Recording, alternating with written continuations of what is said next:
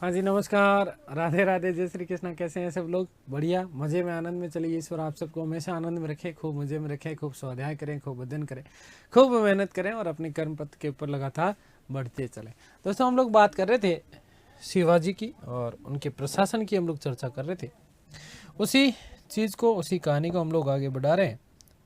तो देखिएगा, कल हम लोगों ने एक तरीके से केंद्रीय प्रशासन की बात की, अष्ट प्रधान पेशवाओं की हम लोगों ने बात की, और आज जो है हम लोग प्रांतीय प्रशासन की बात करने वाले हैं। मराठा स्वराज्य,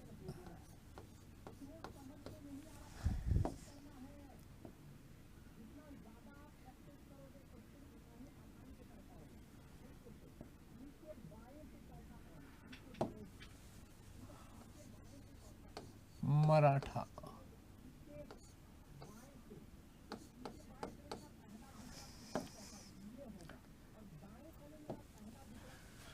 बात करते हैं प्रांतीय प्रशासन की।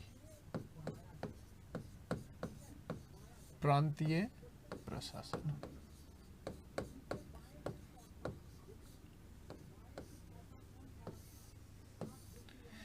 शिवाजी के यदि प्रांतीय प्रशासन की हम लोग बात करें तो प्रांत दो प्रकार के प्रांत होते थे। पहला तो स्वराज्य। स्वराज्य का मतलब क्या? वह प्रांत जो प्रत्यक्ष रूप से शिवाजी के अधीन हुआ करता था, स्वराज्य कहलाता था। जैसे मराठवाड़ा हो गया, कोंकण हो गया, कर्नाटक हो गया, इसका एक बहुत बड़ा जो भाग था वो स्वराज्य कहलाता था। और यहाँ पर सीधे सीधे शिवाजी का स्वयं का जो है नियंत्रण होता था प्रत्यक्ष रूप से। दूसरा मुगतई। दूसरा क्या होता था? मुगतई। और इस मुगतई को बोला जाता था मुल्क ए कदीम। क्या कहा जाता था? मुल्क ए कदीम। अब मुल्क ए कदीम से क्या होता था? सीधा सीधा राजस्व वसूला जाता था। और राजस्व की हम लोग बात करें तो चोत एवं सरदेशमुखी, ठीक है ना, इन ऐसे प्रांत जहां से चोत एवं सरदेशमुखी वसूल किया जाता था। और वो क्षेत्र जो शिवाजी के प्रत्यक्ष प्रशासनिक नियंत्रण में नहीं थे, इसका मतलब अप्रत्यक्ष शासन हुआ करता था। और केवल वहां से चोत और सरदेशमुखी जो है कर वसूला जाता था। तो प्रांतीय प्रशासन की यदि हम लोग बात करें तो दो प्रकार के प्रांत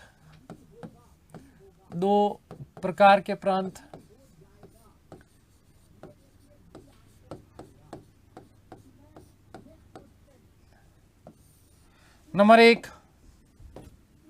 स्वराज्य। नंबर एक क्या है? स्वराज्य। स्वराज्य का मतलब फिर से ध्यान देना, ऐसे प्रांत जहां पर शिवाजी का प्रत्यक्ष नियंत्रण था, ऐसे प्रांत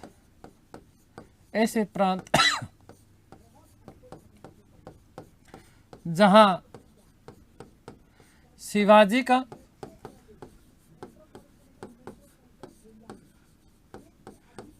प्रत्यक्ष शासन था।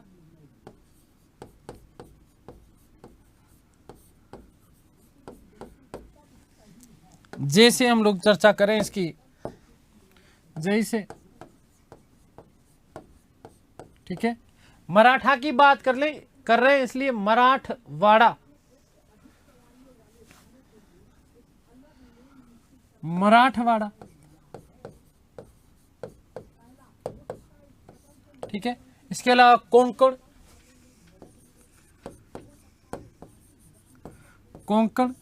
और कोंकण के अलावा ध्यान रखना कि कर्नाटक का बहुत बड़ा भाग, ठीक है ना, कर्नाटक का ज्यादातर हिस्सा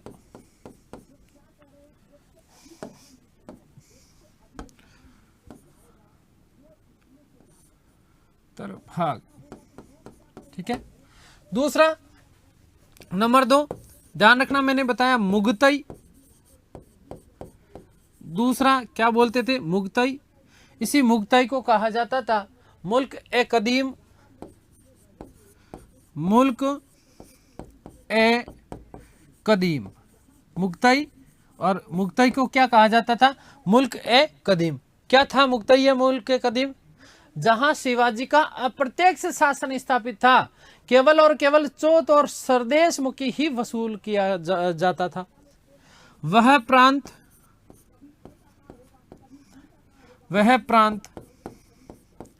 जहां शिवाजी का अप्रत्यक्ष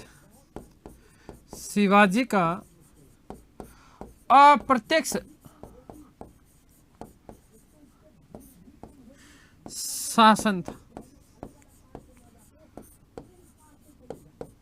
इन क्षेत्रों से केवल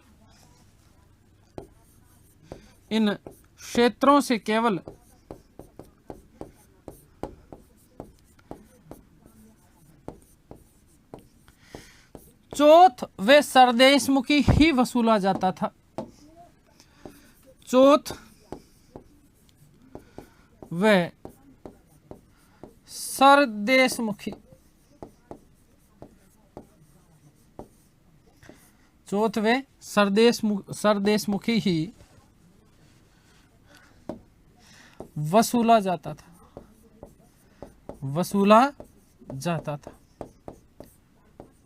ठीक है, आगे बात समझ क्लियर है। देखो, प्रांत दो प्रकार के थे। एक तो स्वराज्य मतलब खुद का राज्य, खुद का किसका होएगा? शिवाजी का।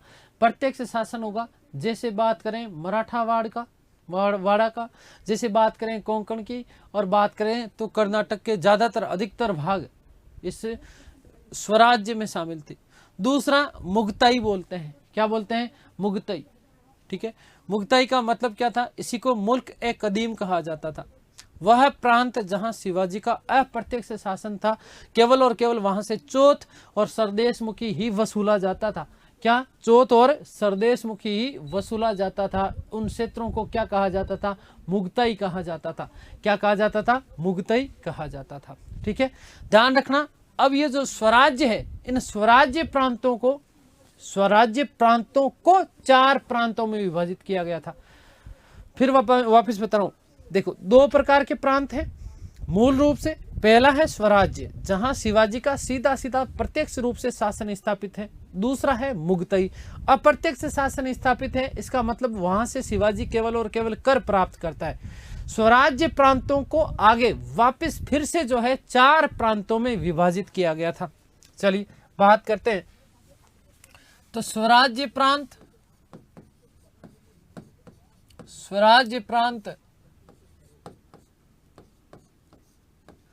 4 प्रांतों में विभाजित है।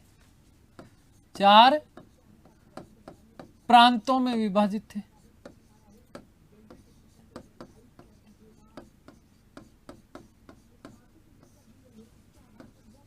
स्वराज्य प्रांत कितने प्रांतों में? 4 प्रांतों में विभाजित थे। ठीक है ना।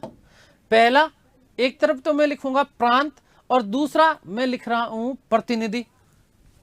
एक तरफ तो मैं लिख रहा हूं प्रांत, ठीक है, और दूसरी तरफ मैं लिख रहा हूं प्रतिनिधि।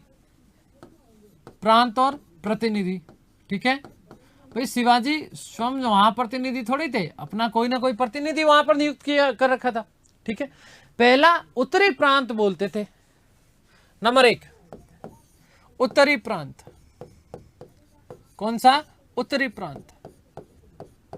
इस उत्तरी प्रांत की क्या स्थिति है वो भी सुन लो। उत्तरी प्रांत में वस्तुतः ध्यान रखना, सिलेर से लेकर के पूना तक का क्षेत्र, सिलेर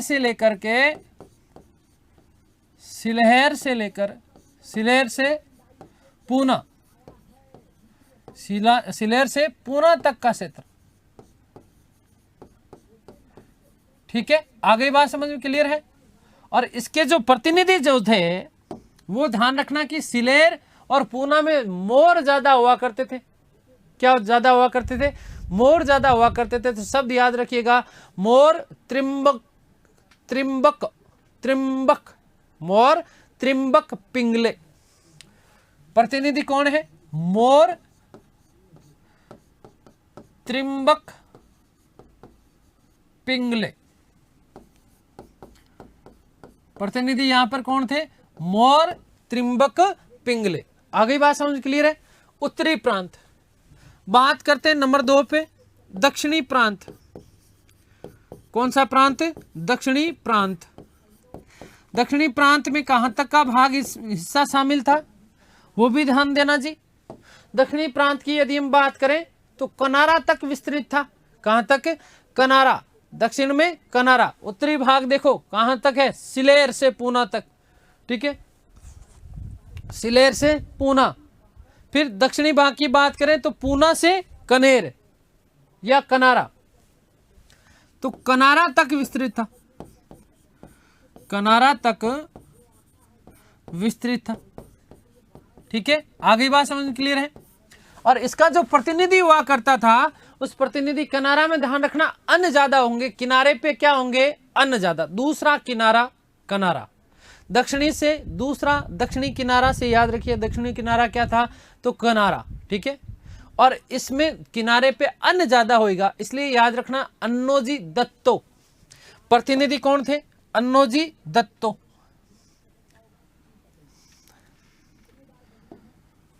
अन्नोजी दत्तो, अन्नोजी दत्तो। ठीक है, आगे बात समझ में क्लियर है। चलिए नंबर 3 पे हम लोग बात करते हैं, दक्षिणी पूर्वी प्रांत। कौन सा? दक्षिणी पूर्वी प्रांत। नंबर 3, दक्षिणी पूर्वी प्रांत। दक्षिणी पूर्वी प्रांत, पूर्वी प्रांत। और दक्षिणी पूर्वी प्रांत की यदि हम लोग चर्चा करें तो दक्षिणी पूर्वी प्रांत कहां से कहां तक विस्तृत था? तो ध्यान रखना सतारा से लेकर के धारवाड़, सतारा से लेकर के धारवाड़, सतारा से धारवाड़ तक, सतारा से धारवाड़ तक था। ठीक है, और इसका जो प्रतिनिधि नियुक्त किया गया था शिवाजी द्वारा, वो प्रतिनिधि कौन था? ध्यान रखना दत्ताजी पंत। कौन? दत्ताजी पंत। दत्ताजी पंत कौन थे? दत्ताजी पंत थे। आगे बात समझ क्लियर है। चौथा भाग बात करें तो ध्यान रखना चौथे प्रांत में वस्तुतः शिवाजी द्वारा नव विजित क्षेत्रों को शामिल किया गया था, जिसका केंद्र जिंजी एवं प्रतिनिधि जो हुआ करते थे वो थे संताजी। तो जिंजी संताजी क्या चीज? चौथे प्रांत में कौन से क्षेत्र शामिल होते थे? चौथे प्रांत के प्रकार में स्वराज्य में चौथा प्रांत का प्रकार कौन सा होता था? तो ध्यान रखना ऐसे क्षेत्र जहां शिवाजी ने नई विजय की है, नव विजित क्षेत्र। ध्यान रखना नंबर 4 कि इन प्रांतों में शिवाजी ने मैं इनकी जगह इस लिख देता हूं, इस प्रांत में। ठीक है ना, इस प्रांत में शिवाजी ने नव विजित क्षेत्रों को शामिल किया, क्षेत्रों को शामिल किया।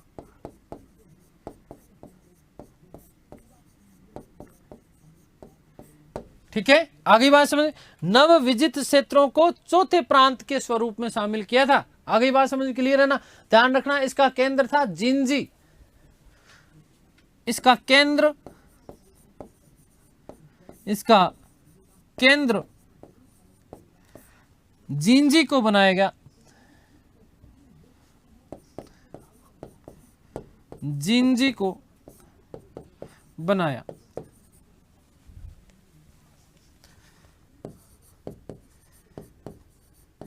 तथा प्रतिनिधि के रूप में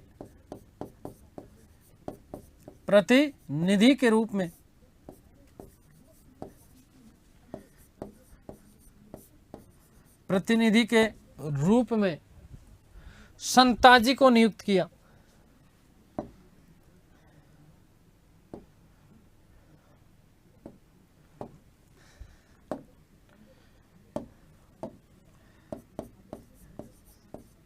संताजी, ठीक है, संताजी को नियुक्त किया। आगे बात समझ में क्लियर है। देखो वापस बता रहा हूं, 2 मिनट में फटाफट सुन लेना। मराठा प्रशासन की हम लोग बात कर रहे हैं। प्रांतीय प्रशासन, दो प्रकार के प्रांत थे, एक तो था स्वराज्य जहां पर शिवाजी का प्रत्यक्ष शासन था, दूसरा था मुगतई जहां शिवाजी का अप्रत्यक्ष शासन था। अप्रत्यक्ष शासन से केवल और केवल कर वसूलता था चोत और सर देशमुखी। स्वराज्य प्रांतों को चार भागों में विभाजित किया गया। उत्तरी भाग, एक तो उत्तरी प्रांत जो कि सिलेर से लेकर के पूना तक का क्षेत्र था।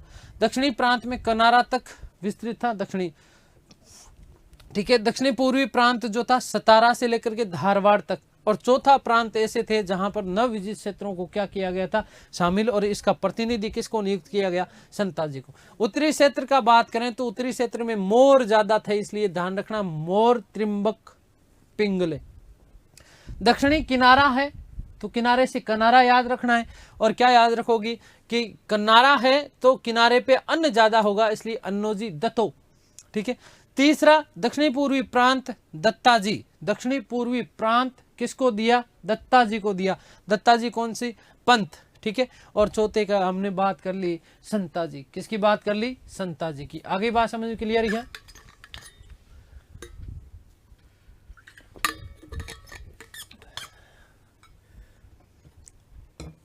तो अब यहां से सीधा सीधा प्रश्न बनता है, देखो ध्यान देना, यहां से सीधा सीधा एक प्रश्न बनता है। क्या प्रश्न बनता है कि शिवाजी का राज्य कितने प्रांतों में विभाजित था, तो 4 प्रांतों में विभाजित था। कितने प्रांतों में, 4 प्रांतों में विभाजित था। शिवाजी का राज्य 4 प्रांतों में विभाजित था। प्रत्येक प्रांत में सर सूबेदार, देखो हम मुगल में बात करते हैं तो सूबेदार, ठीक है, सूबेदार शब्द सुना होगा। तो प्रत्येक प्रांत में सर सूबेदार, मतलब मुख्य देशाधिकारी जो होता था उसको सर सूबेदार कहा जाता था, या फिर सर कारकून, क्या चीज, कारकून, ठीक है। आगे बात समझ, इसको भी हमने मुगल प्रशासन के दौरान पढ़ा है, कारकून, ठीक है ना। तो ये चीज आप लोग विशेष रूप से ध्यान रखना। क्या ध्यान रखोगे साहब कि शिवाजी का राज्य 4 प्रांतों में विभाजित था। कितने प्रांतों में विभाजित था, 4 प्रांतों में। शिवाजी का राज्य, शिवाजी का राज्य 4 प्रांतों में विभाजित था, 4 प्रांतों में विभाजित था।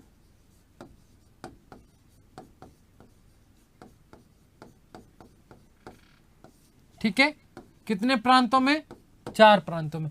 प्रांत का जो प्रमुख अधिकारी होता था, या प्रत्येक जो प्रांत था वो सर सूबेदार के अधीन या सर कारकून के अधीन होता था। प्रत्येक प्रांत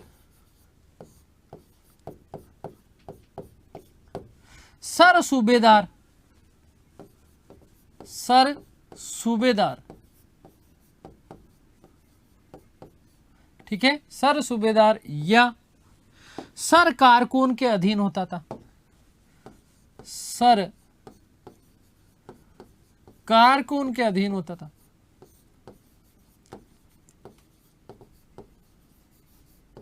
सर कारकून के अधीन होता था।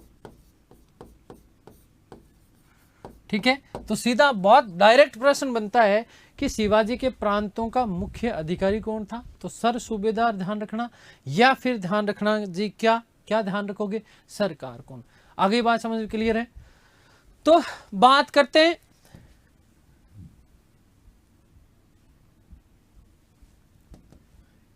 इकाई विभाजन की, है ना। तो सबसे ऊपर क्या आएगा, सबसे ऊपर क्या आएगा, ध्यान रखना, साम्राज्य विभाजन की बात करें, साम्राज्य विभाजन की, तो साम्राज्य विभाजन में ध्यान रखना सबसे ऊपर क्या आएगा, साम्राज्य। क्या आएगा, साम्राज्य। साम्राज्य का विभाजन किस में होएगा, प्रांतों में। और प्रांतों की संख्या मैंने बता दिया, 2 प्रकार के प्रांत थे, स्वराज्य और मुगतई। स्वराज्य को वे क्षेत्र जो सीधे सीधे प्रत्यक्ष रूप से क्या थे, उसके नियंत्रण में थे। ठीक है, और ध्यान रखना कि इन स्वराज्य को 4 भागों में उसने क्या कर दिया था, विभाजित कर दिया था। ठीक है ना, आगे बात समझे। अब प्रांत से नीचे क्या आएगा, ध्यान रखना, प्रांतों का विभाजन किस में था, तो प्रांतों का विभाजन था तालुकों में, तालुक का। ठीक है, प्रांतों का विभाजन किस में था? तालुके में। और तालुके का विभाजन ध्यान रखना, ठीक है। प्रांत जो थे, माफ करना, प्रांतों को परगना और तालुका दोनों में विभाजित किया गया, ठीक है। प्रांतों को तालुका या परगना, क्या चीज? परगना, दोनों में क्या किया गया था? विभाजित। इसी को तालुका बोलते थे या फिर इसको क्या बोलते थे? परगना बोलते थे, ठीक है। अब यदि हम लोग बात करें तो परगनों के अंतर्गत क्या क्या चीज आएगी? परगने के अंतर्गत ध्यान रखना, वापस बता रहा हूं, परगने के अंतर्गत आएगी तरफ या मोजा। प्रांतों के अंतर्गत क्या आएगा?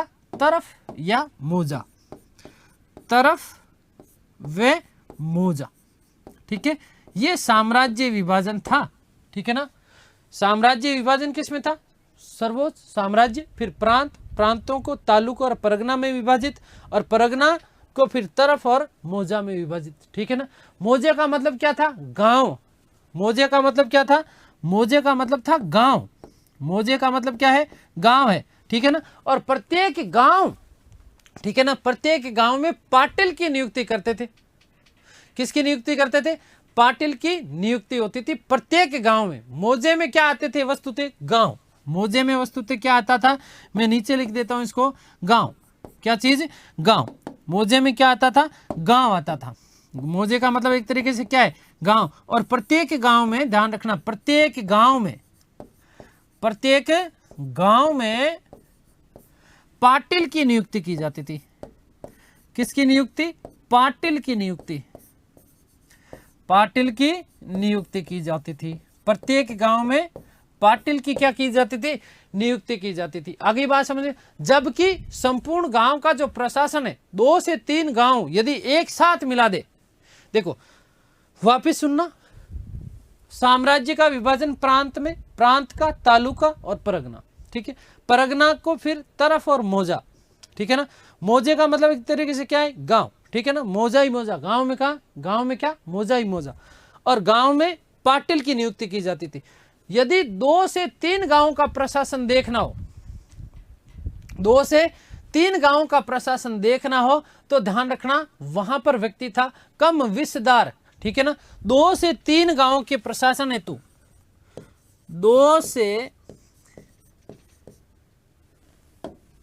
2 या 3 गांव, 2 या 3 गांवों के प्रशासन हेतु, 3 गांवों के प्रशासन हेतु, ठीक है, प्रशासन हेतु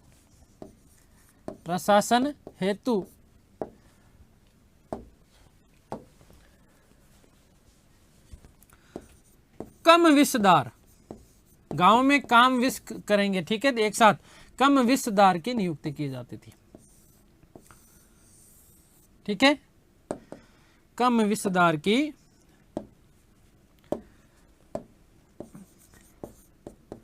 नियुक्ति की जाती थी।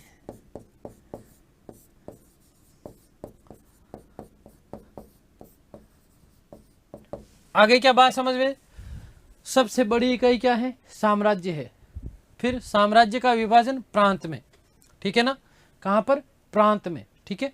आगे देखो, साम्राज्य में एक तरीके से सर्वोच्च जो होगा वो कौन होएगा? छत्रपति। कौन होएगा? छत्रपति या राजा जी। आगे बात समझे। प्रांतों में, प्रांतों का संचालन कौन देखेगा?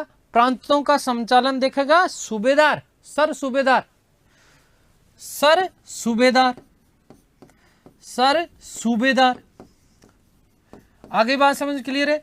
वहीं तालुका और परगना का जो शासन है, तालुका और परगना का जो शासन है वो कौन? देखो, प्रांत में सर सूबेदार, तालुका और बात करें परगना की तो यहां पर अलग मामले होंगे, इसलिए क्या? मामलातदार, मामलातदार। क्या चीज? मामलातदार, मामलातदार, ठीक है ना। ये प्रशासक है इसके। ये तो हम बात कर रहे हैं इकाई की, किसकी बात कर रहे हैं? इकाई की। और इधर मैंने आपके लिख दिए हैं क्या? प्रशासक। क्या लिख दिए हैं जी? प्रशासक। आगे बात समझ में क्लियर है? इधर तो मैंने लिखा है इकाई, सबसे बड़ी इकाई देखो साम्राज्य। फिर बता रहा हूं, साम्राज्य का विभाजन प्रांत में, प्रांत को तालुका और परगना में विभाजित किया जाता था, जिसका प्रशासक कहलाता था मामलातदार। क्या कहलाता था? मामलातदार। आगे बात समझ में क्लियर है ना? ठीक है। तरफ वे मौजा। ठीक है। अब यहां पर क्या, मौजा का मतलब गांव। गांव में पाटिल की नियुक्ति की जाती थी। किसकी नियुक्ति की जाती थी? पाटिल की नियुक्ति की जाती थी। यदि 2 से 3 7 गांव बना दिए जाए तो इन गांवों का जो प्रशासक होता था वो कहलाता था कम विसदार। कौन कहलाता था? कम विसदार। ठीक है ना, ये हमने बात कर ली। ठीक है।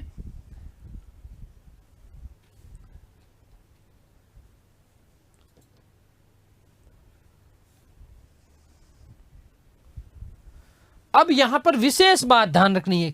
एक क्या विशेष बात ध्यान रखनी है साहब, कि अधिकारियों को नगद वेतन दिया जाता था। जागीर प्रथा क्या कर दी गई थी? समाप्त कर दी गई। अधिकारियों को नगद वेतन दिया जाता था, जागीर प्रथा समाप्त कर दी गई। वेरी मोस्ट इंपॉर्टेंट, यहां पर एक नोट लगा करके बात लिख रहा हूं। क्या नोट लगा के लिख रहा हूं साहब? कि अधिकारियों को नगद वेतन दिया जाता था। अधिकारियों को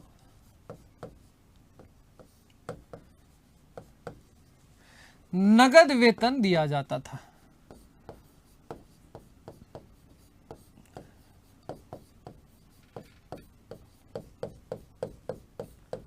ठीक है। जागीर प्रथा समाप्त कर दी गई। जागीर प्रथा समाप्त कर दी गई थी।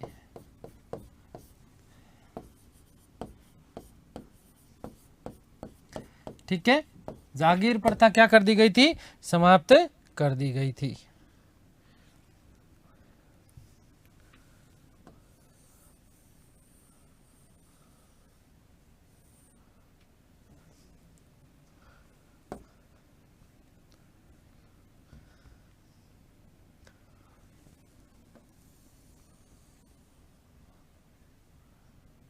ठीक है। आगे बात समझ क्लियर है ना? तो जागीर व्यवस्था क्या कर दी गई थी? समाप्त कर दी गई थी। नगद वेतन दिया जाता था अधिकारियों को। और ये हमने प्रशासन की क्या कर लिया, जो है एक एक चीज की चर्चा कर ली है।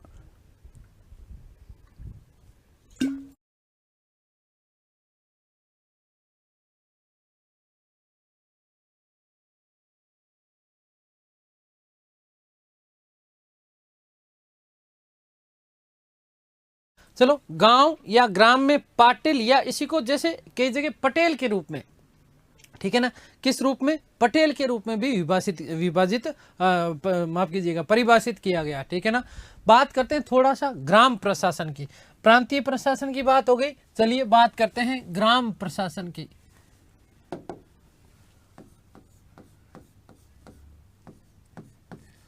ग्राम प्रशासन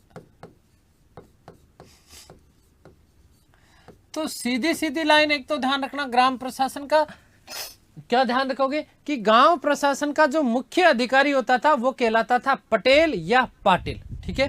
क्या क्या कार्य होते थे इसके पास में? तो ध्यान रखना, भू राजस्व से संबंधित कार्य सारे इसी के पास में होंगे। न्यायिक कार्य गांव के सारे इसी के पास में होंगे। प्रशासनिक कार्य जितने भी होंगे वो भी इसी के पास में होंगे। इस पटेल के नीचे था जिसे कहा जाता था कुलकर्णी। क्या कहा जाता था? कुलकर्णी। क्या करेगा कुलकर्णी? धवल कुलकर्णी जो आईपीएल में अभी खेल रहा है, वो उसी से याद रखना। जब जब उस कुलकर्णी को देखो तो ऐसे सोचना कि ये भूमि का लेखा रखेगा। कुलकर्णी क्या रखेगा? भूमि का लेखा रखेगा। आगे बात समझ क्लियर है? इसके अतिरिक्त जो गांव होते थे वो कहलाते थे 12 बलूते। क्या कहलाते थे? 12 बलूते। ये गांव वस्तुतः क्या, इन गांवों में मांग और व्यवसायों को पूरा करने के लिए विभिन्न व्यवसाय करने वाले ये जो है वंशानुगत कारीगर, माफ कीजिएगा, वंशानुगत कारीगर जो है वो क्या कहलाते थे? 12 बलूते कहलाते थे। कुछ गांवों में 12 बलूतों के अतिरिक्त 12 अलूते होते थे जो गांव के सेवक के रूप में होते थे। किसके रूप में? गांव के सेवक के रूप में होते थे। तो बात करते हैं ग्राम प्रशासन की। ठीक है। तो बात करें पटेल साहब की। किसकी बात करेंगे?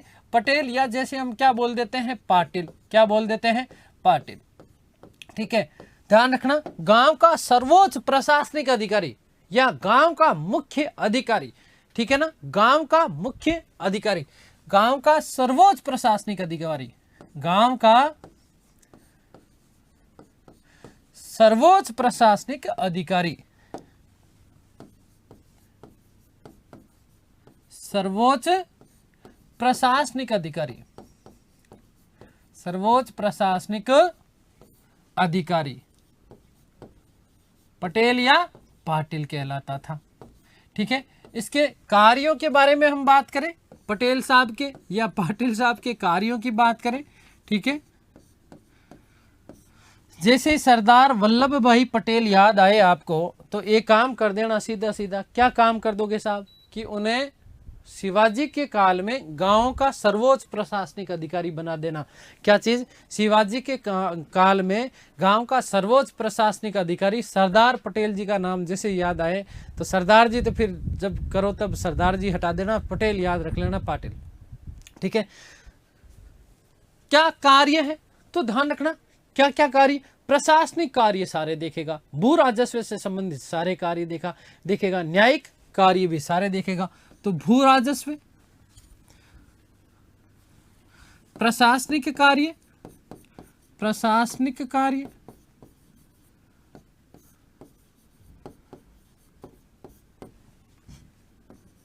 भू राजस्व से संबंधित कार्य और न्यायिक कार्य।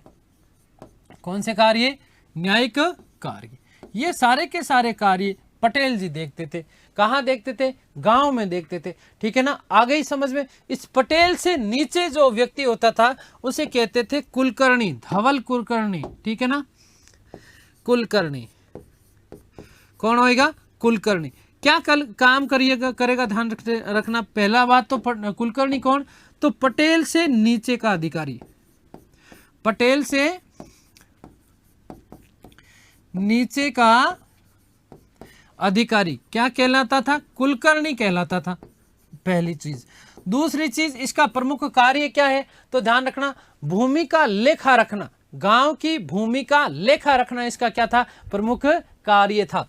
प्रमुख कार्य की बात करें तो गांव की भूमि का लेखा रखना, गांव की भूमि का लेखा रखना, लेखा रखने वाला, रखने का कार्य था। ठीक है, इसके नीचे याद रखना क्या? 12 बलूते। क्या चीज? 12 बलूते।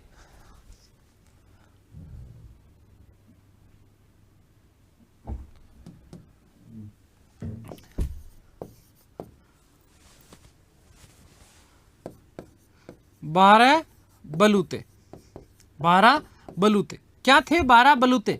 ध्यान रखना, बहुत अच्छा प्रश्न बन सकता है 12 बलूते से कि 12 बलूते किसके प्रशासन से संबंधित है? तो शिवाजी के काल के गांव के प्रशासन से संबंधित है। गांव में जो जो मांग हो रही है और जो जो व्यवसाय है, उन व्यवसायों को पूरा करने के लिए विभिन्न व्यवसाय करने वाले वंशानुगत कारीगर जो होते थे वो क्या कहलाते थे? 12 बलूते कहलाते थे। गांव में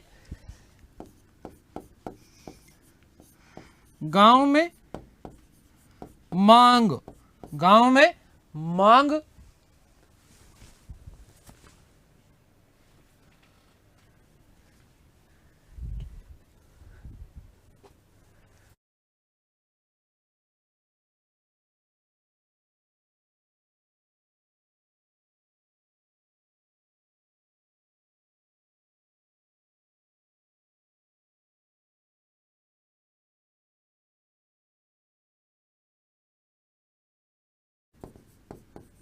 व्यवसायों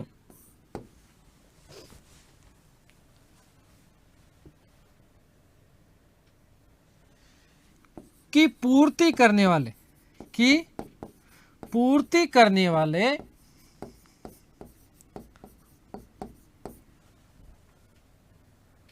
या विभिन्न व्यवसाय करने वाले, विभिन्न व्यवसाय करने वाले, व्यवसाय करने वाले, ठीक है, विभिन्न व्यवसाय करने वाले वंशानुगत कारीगर, वंशानुगत कारीगर क्या कहलाते थे? 12 बलूते कहलाते थे। देखो गांव की जो भी मांग है या व्यवसाय की पूर्ति करने वाले जो लोग होते थे, जो कि विभिन्न व्यवसाय में लगे हुए होते थे, क्या कहलाते थे? 12 बलूते कहलाते थे। ठीक है, 12 अलूते। 12 अलूते क्या? आलू, आलू से याद रखना, गांव में आलू होगा तो गांव की सेवा होगी। गांव के सेवक के रूप में जो होते थे वो शिवाजी के काल में, शिवाजी के काल में आलू होंगे तो गांव की क्या होगी?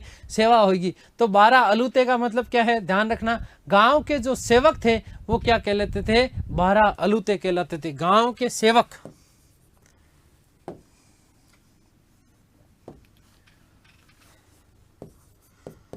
12 अलूते। ठीक है, और 12 अलूते का मतलब क्या है? गांव के सेवक। गांव के सेवक, गांव के सेवक क्या कहलाते थे? 12 अलूते कहलाते थे।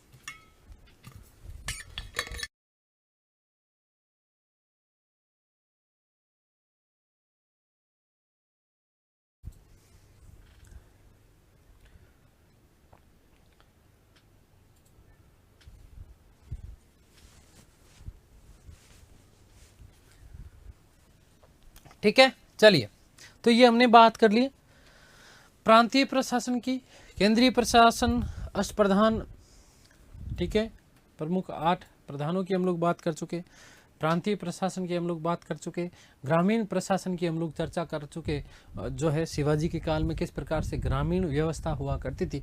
बात करते हैं शिवाजी के सेना के संदर्भ में। बहुत विशेष महत्वपूर्ण प्रश्न बनता है। ध्यान रखना कि सेना को मराठी भाषा में पाईक कहा जाता है। क्या कहा जाता है? पाईक। पाई समझते हो? पाई, पाई का मान किसने दिया था? आर्यभट्ट ने।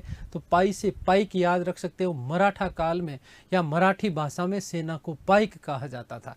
आगे बात समझिए, शिवाजी की सेना में 2 प्रकार के लोग विशेष रूप से, एक तो होते थे पैदल सैनिक, दूसरे होते थे घुड़सवार। दोनों थे, एक तो पैदल सैनिक थे और दूसरा क्या थे? घुड़सवार थे। मराठी भाषा में इसको पाईक कहा जाता है। एक विशेष बात ध्यान रखना है, वर्षा ऋतु, ये जो 4 महीने होते थे शिवाजी के, वर्षा ऋतु में सेना जो है वो छावनियों में ही रहती थी, इस बाहर नहीं निकलती थी। ठीक है, क्योंकि घुड़सवार सैनिक है और पैदल सैनिक है, तो जो है सुगमता के साथ में अभियान नहीं हो पाते थे विशेष रूप से। तो उसके बाद में जैसे दशहरा त्योहार के बाद, दशहरे के त्योहार के बाद में जो है सेना अपने अभियान पर निकला करती थी। ध्यान रखना। ठीक है, बात करते हैं मराठा सेना। मराठा सेना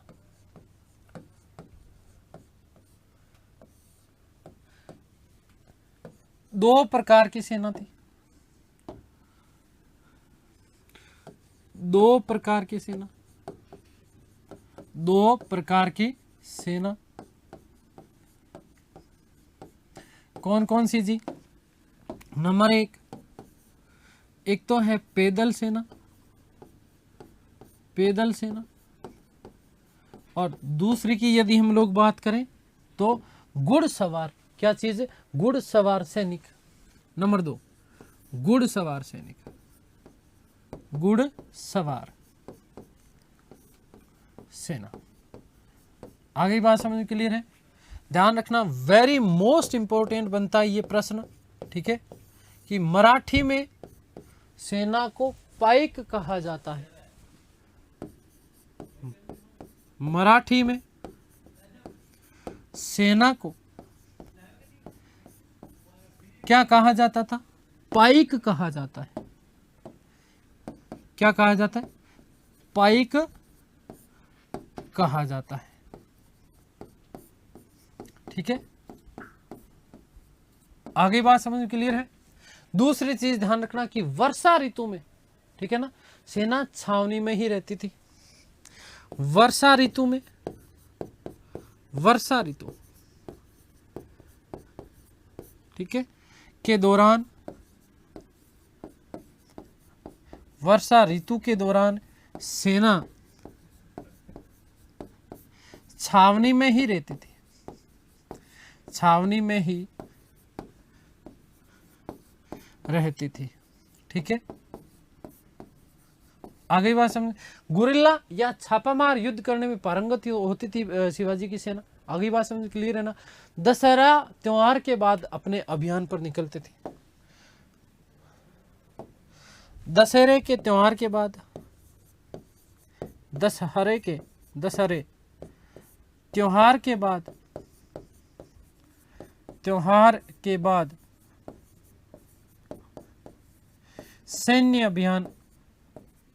सैन्य या सेना अभियान पर निकलती थी। सेना अभियान पर निकलती थी।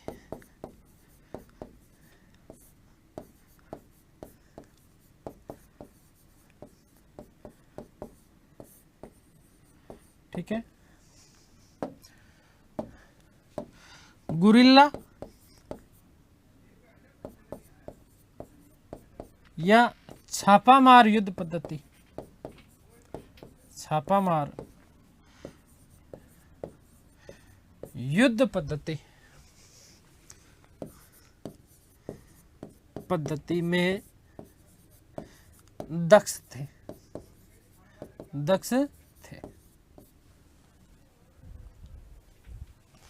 बात करते हैं इसी में घुड़सवार सेना की। घुड़सवार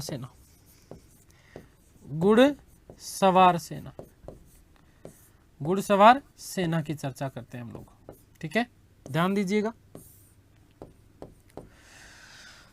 बात करें घुड़सवार सेना की, तो घुड़सवार सेना में दो प्रकार के सैनिक होते थे। एक तो होते थे बारगीर या जिन्हें कहा जाता था पागा, बारगीर या पागा। ठीक है, बारगीर या पागा, फिर बोल रहा हूं, बारगीर या पागा। पागा पैर, पैर किसके? घोड़ों के, और घोड़े किसके? राज्य के। ठीक है, तो ऐसे सैनिक जिनको घोड़े और शस्त्र राज्य की ओर से मिलते थे क्या कहलाते थे? बारगीर या पागा। पागा मतलब क्या? पैर। क्या? पैर हमेशा स्थायी होते हैं कि नहीं होते हैं? यस और नो। शाही वाली फीलिंग आती है कि नहीं आती है? यस और नो। तो ध्यान रखना, शाही और स्थायी सेना, नियमित सेना। पूछा जा सकता है कि शाही और नियमित सेना कौन सी? बारगीर या पागा। बारगीर या नियमित सेना होती थी। दूसरे होते थे सिलेदार। क्या चीज? सिलेदार। सिलकर के, सिलेदार से कैसे याद रखोगे? सिलकर के कपड़ा खुद पहनेगा मतलब क्या? सैनिक, ऐसे सैनिक जो कि अस्त्र और घोड़े स्वयं के लेकर के आते थे। अनियमित सेना थे। ठीक है, अनियमित सेना थी। लेकिन विशेष बात क्या कि इन्हें नियमित सैनिकों से ज्यादा वेतन मिलता था। नियमित सेना से ज्यादा वेतन मिलता था। किसको? सिलेदार को। तो दो प्रकार के सैनिक थे। कितने प्रकार के? दो प्रकार के सैनिक। दो प्रकार के सैनिक थे। कितने प्रकार के? दो प्रकार के सैनिक। देखो, यदि आपके प्रश्न बनेगा ना तो सैन्य जो है मराठा प्रशासन से प्रश्न बनता है आपका। ठीक है, तो इस चीज का विशेष रूप से ध्यान रखना। ठीक है, तो दो प्रकार के सैनिक। क्या चीज? दो प्रकार के सैनिक। पहली चीज, पहला जिन्हें बोलते थे बारगीर या पागा। नंबर 1, बारगीर या पागा। ठीक है, बारगीर या पागा। ऐसे सैनिक जिन्हें घोड़े और अस्त्र, घोड़े और शस्त्र, घोड़े या अस्त्र, ठीक है, एक बात है, अस्त्र शस्त्र हिंदी में नहीं फंसना है अभी। ठीक है, घोड़े और शस्त्र जो है वो राज्य की ओर से मिलते थे। ऐसे सैनिकों,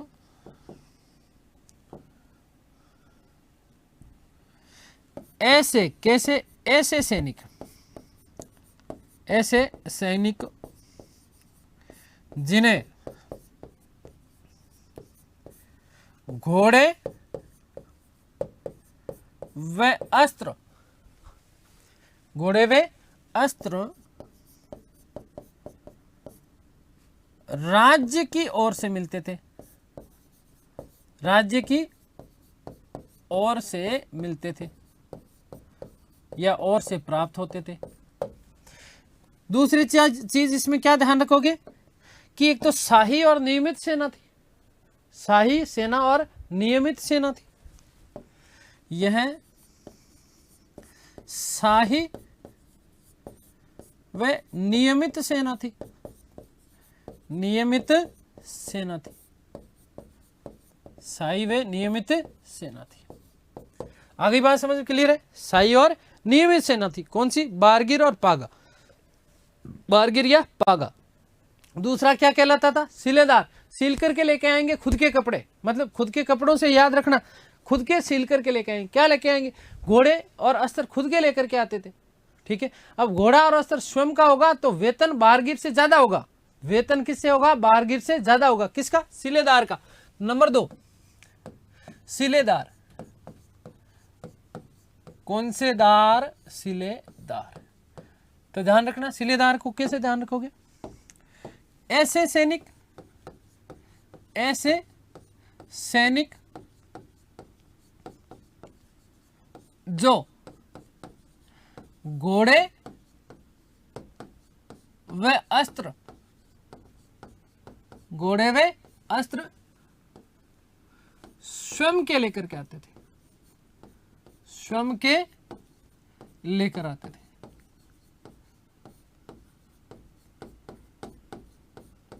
आगे बात समझ। पहली चीज। दूसरी चीज, यह अनियमित सेना थी, अनियमित सैनिक थे, अनियमित, अनियमित सैनिक थे। क्लियर बात?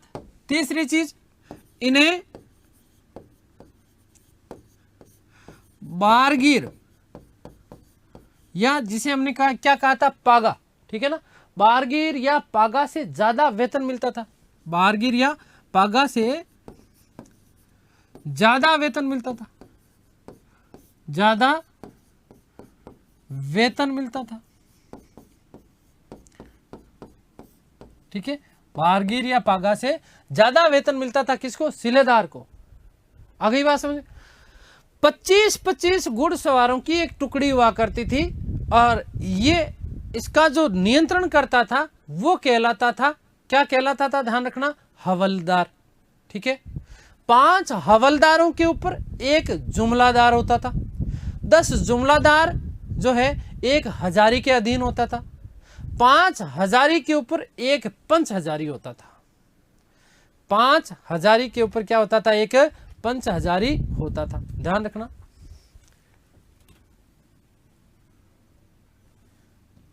क्या चीज? कि घुड़सवार व्यवस्था, घुड़सवार व्यवस्था की बात कर रहे हैं हम लोग। कैसी घुड़सवारी व्यवस्था थी शिवाजी के काल में, उसकी चर्चा कर लें। क्या? 25 घुड़सवार। कितने? 25 घुड़सवारों की जो टुकड़ी होती थी, इधर तो हम बात कर रहे हैं टुकड़ी की, ठीक है, और दूसरी तरफ हम लोग बात कर रहे हैं इनके संचालक की या अधिकारी की। किसकी बात कर रहे हैं जी? अधिकारी की बात कर रहे हैं। ठीक है, तो पहली बात, नंबर 1, क्या चीज? 25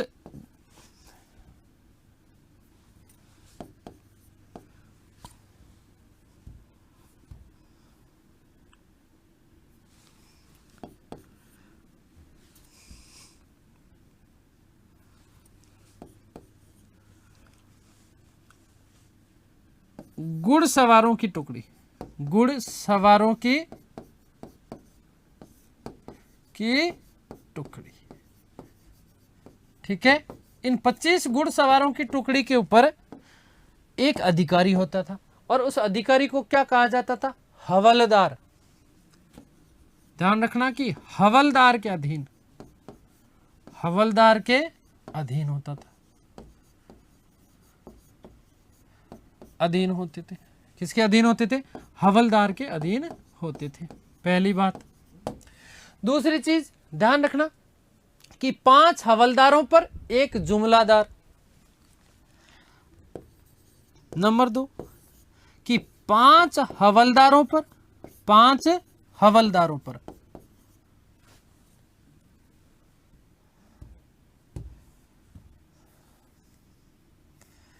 5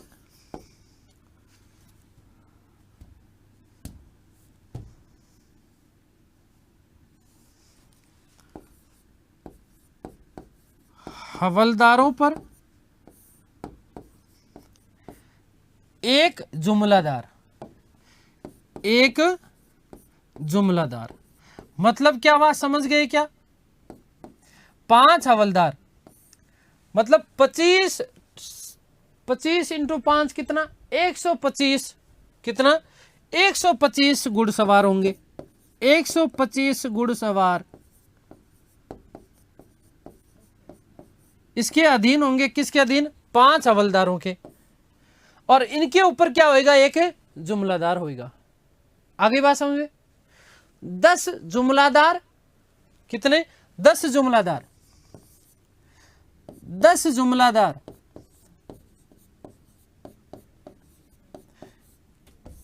एक हजारी के अधीन, एक हजारी के अधीन।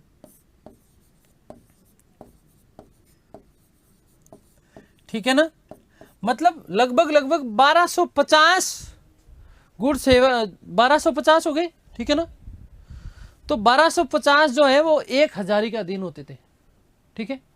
5 हजारी के ऊपर एक पंच हजारी, 5 हजारी के ऊपर एक क्या होता था?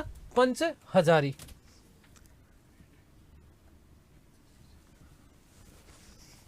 नंबर 4, 5 हजारी पर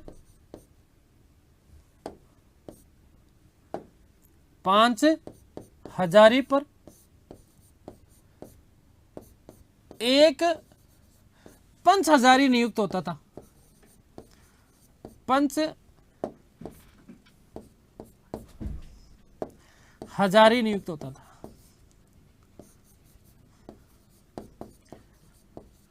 नियुक्त किया जाता था। वापिस समझ लेना, कोई दिक्कत हो तो। देखो, 2 प्रकार के हम लोगों ने घुड़सवारों की बात करी।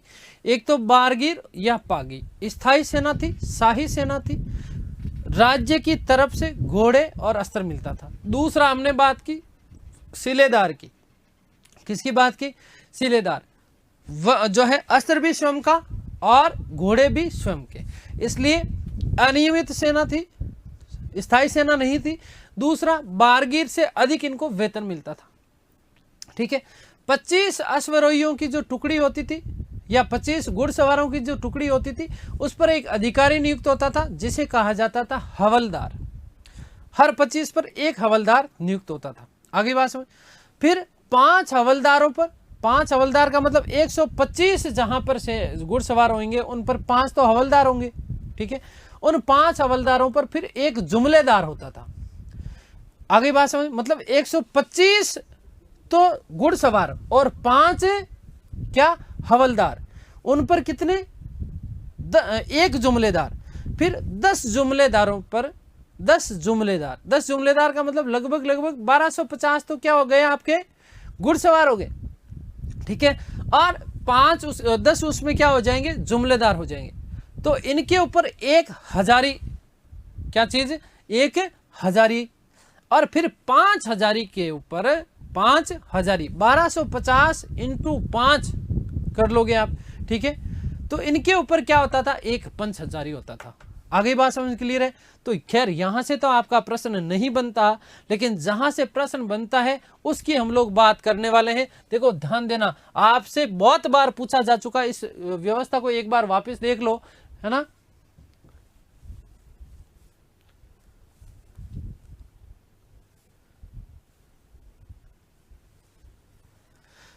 इसको व्यवस्था को एक बार वापस देख लेना, जो बहुत बार, जो सबसे ज्यादा बार पूछा गया। सर ए नौबत, अश्व सेना का प्रधान क्या कहलाता था और पैदल सेना का प्रधान क्या कहलाता था? ध्यान रखना। या फिर सीधा सीधा प्रश्न पूछा जा सकता है कि शिवाजी की संपूर्ण सेना का प्रधान क्या कहलाता था? सेना 2 प्रकार की है, फिर बता रहा हूं बेटू जी। क्या चीज? एक तो घुड़सवार सेना और पैदल सेना। इन संपूर्ण सेनाओं का, दोनों सेनाओं का जो प्रधान होता था, दोनों सेनाएं कौन सी? अश्व सेना और पैदल सेना। ठीक है, इन दोनों का जो प्रधान होता था वो कहलाता था, सर पर बिठा कर रखेंगे उसको, इसलिए क्या कहलाएगा, सर ए नौबत। कि दोनों सेनाओं का प्रधान, दोनों सेनाओं का प्रधान, वेरी मोस्ट इंपॉर्टेंट कर लेना इसको, सबसे ज्यादा बार पूछा गया, वेरी मोस्ट ये प्रश्न है। ठीक है, दोनों सेनाओं का प्रधान, दोनों सेनाएं कौन कौन सी आएगी आपकी, एक तो आपकी आएगी घुड़सवार सेना या जिसे हम बोलेंगे अश्व सेना, अश्व सेना व पैदल सेना, अश्व सेना व पैदल सेना, अश्व सेना व पैदल सेना। ठीक है, दोनों सेनाओं का प्रधान क्या कहलाता था, ध्यान रखना, सबसे महत्वपूर्ण प्रश्न है ये, बहुत बार पूछ लिया गया था, जा चुका है, सर ए नौबत, सर ए नौबत कहलाता था।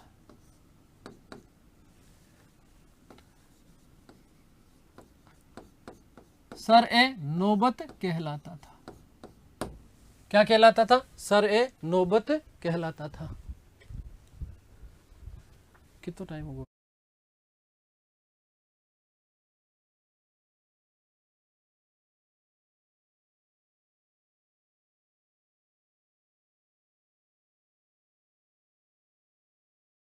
हो गई बात घुड़सवार सेना की।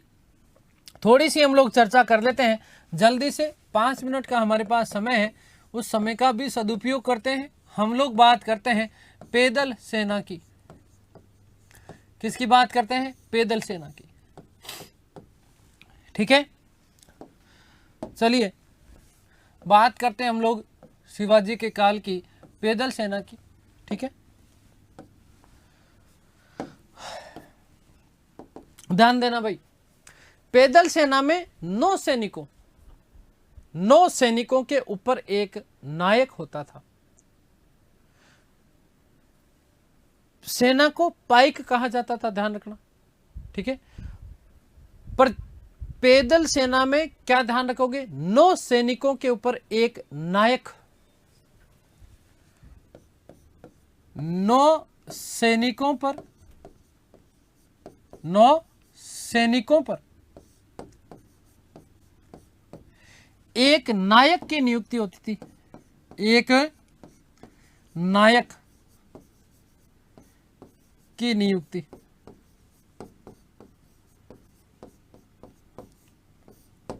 पहली चीज। दूसरी चीज, 5 नायकों पर एक हवलदार, 5 नायकों पर एक हवलदार, एक हवलदार। ठीक है जी, बात करते हैं आगे, 2 या 3 हवलदारों पर एक जुमलादार, 2 या 3 हवलदारों पर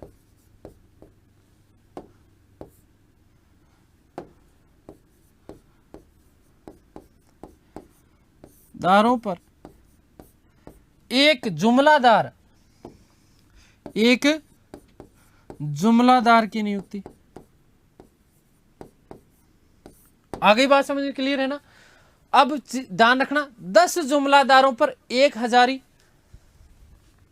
10 जुमलादारों पर 10 जुमलादारों पर एक हजारी की नियुक्ति होती थी, एक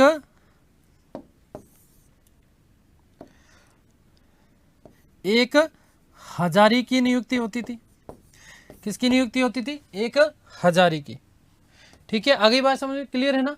फिर 1 हजारी पर 5 हजारी और 7 हजारी पर एक सप्ते हजारी, माफ करना, 5 हजारी पर 5 हजारी, 5 1 हजारी पर, माफी चाहता हूं, वापस बता रहा हूं। देखो, 9 सैनिकों पर एक नायक नियुक्त होता था। ठीक है, फिर 5 नायकों पर एक हवलदार, 2 या 3 हवलदारों पर एक जुमलादार होता था, 10 जुमलेदारों पर एक हजारी होता था।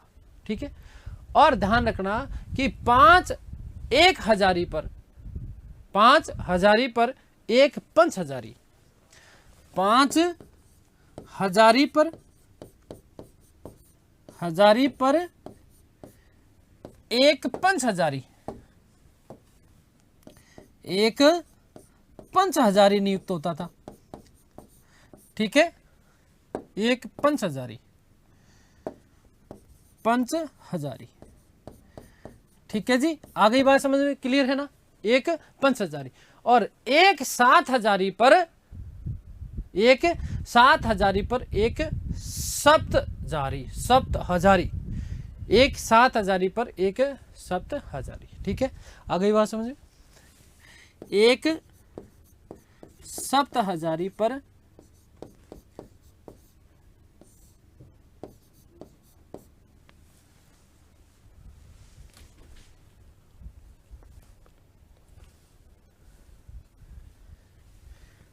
एक 7 हजारी, माफ करना, 7 हजारी पर एक सप्त हजारी। आगे बात क्लियर? अब देखो ध्यान रखना, विशेष बात क्या कि शिवाजी ने मुस्लिमों को भी अपने सेना में क्या किया था?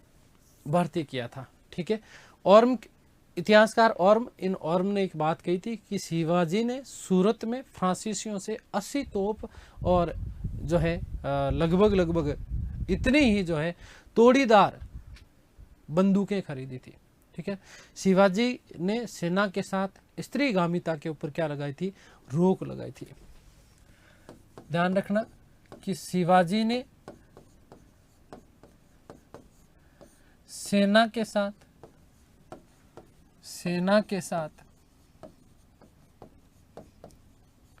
स्त्रीगामिता मतलब अपनी पत्नियों को लेकर के नहीं जा सकते थे, अपनी पत्नी को लेकर के नहीं जा सकते थे। स्त्रीगामिता पर रोक लगाई थी।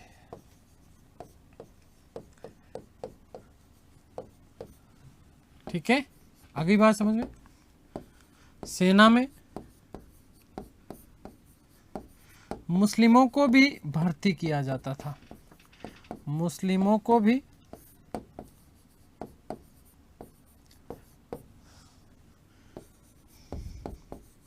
भर्ती किया जाता था। ठीक है, आगे बात समझ क्लियर है? तो ये हमने बात कर ली। ठीक है, रॉबिन्सन इतिहासकार हुए और इन्होंने कहा कि शिवाजी कैदी बनाए गए सैनिक और सैनिक अफसरों को युद्ध के बाद क्या कर देता था? मुक्त कर देता था। ठीक है, तो ये हमने बात कर ली शिवाजी के प्रशासन की। ठीक है, कुछ छोटी मोटी चीज़ें और थोड़ी सी प्रशासन में बची हुई है और थोड़ा सा फिर हम लोग बात करेंगे शिवाजी के उत्तराधिकारियों की। ठीक है, उम्मीद करता हूँ सारी चीज़ें आप लोगों को समझ में आई होगी। ईश्वर से प्रार्थना करता हूँ आप सब स्वस्थ रहें, मस्त रहें, तंदुरुस्त रहें, आह्लादित और प्रसन्नचित रहें। इस सृष्टि की संपूर्ण खुशियाँ आपको और आपके परिवार को मिले। आप लोग बहुत जल्द से जल्द सफल हो, ये मेरी मनोकामनाएं हैं और शुभकामनाएं। मिलते हैं अगली क्लास में, तब तक के लिए सभी को धन्यवाद, नमस्कार, थैंक यू सो मच।